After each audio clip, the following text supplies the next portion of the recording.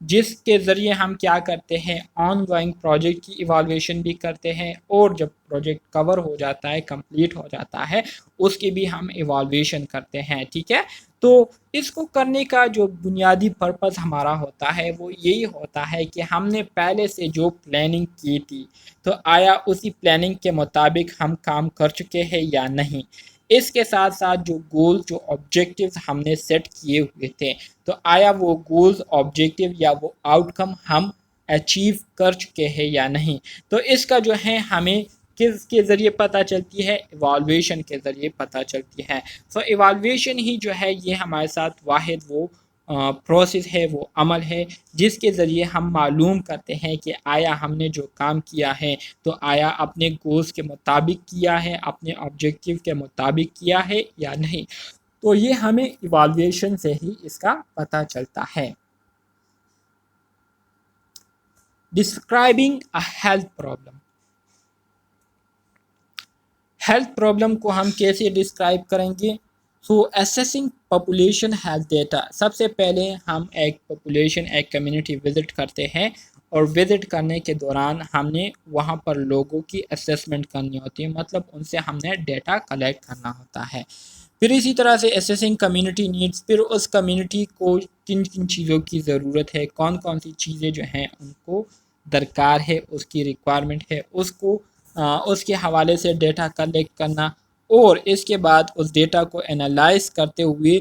Community کے needs کو identify کرنا، رسک فیکٹرز کو آئیڈینٹیفائی کرنا، اور اسی طرح سے پھر کمیونٹی میں موجود جو دوسرے سب گروپ ہوتے ہیں ان کو آئیڈینٹیفائی کرنا۔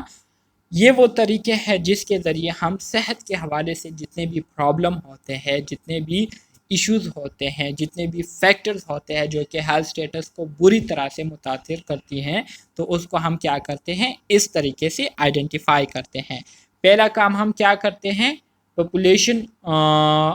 کی اسیسمنٹ کرتے ہیں، پاپولیشن وزٹ کرتے ہیں، مختلف کمیونٹیز وزٹ کرتے ہیں، ان سے جو ہے صحت کے حوالے سے ڈیٹا گیدر کرتے ہیں، ان کی جو ہیلتھ نیڈز ہوتی ہے اس کو ہم آئیڈینٹیفائی کرتے ہیں، اور پھر اسی ڈیٹا کو انالائز کرتے ہوئے، انٹرپریٹ کرتے ہوئے اس سے ریلیٹڈ جو رسک فیکٹرز ہوتے ہیں اس کو آئیڈینٹیفائی کرتے ہیں، تاکہ اس کے لیے پھر ہم پراپر افیکٹو اسٹریٹجیز جو ہے وہ بنائیں، اور پھر ان اسٹریٹجیز، ان ٹولز، ان طریقوں کے ذریعے ان کے نیڈس کو پورا کریں، اور ان کی جو ہیلتھ پرابلم ہے اس کو ہم سالو کر سکیں۔ So assessing population health data میں سب سے پہلے بات کرتے ہیں، to better understand a health problem you should review population health data to identify mortality rates, incidence and prevalence. اگر آپ چاہتے ہیں کہ کسی آبادی کی جو ہیلتھ سٹیٹس ہے یا ہیلتھ کے حوالے سے ان کے جو پرابلم ہیں اس کو آپ صحیح طریقے سے سمجھیں اور اس کو آپ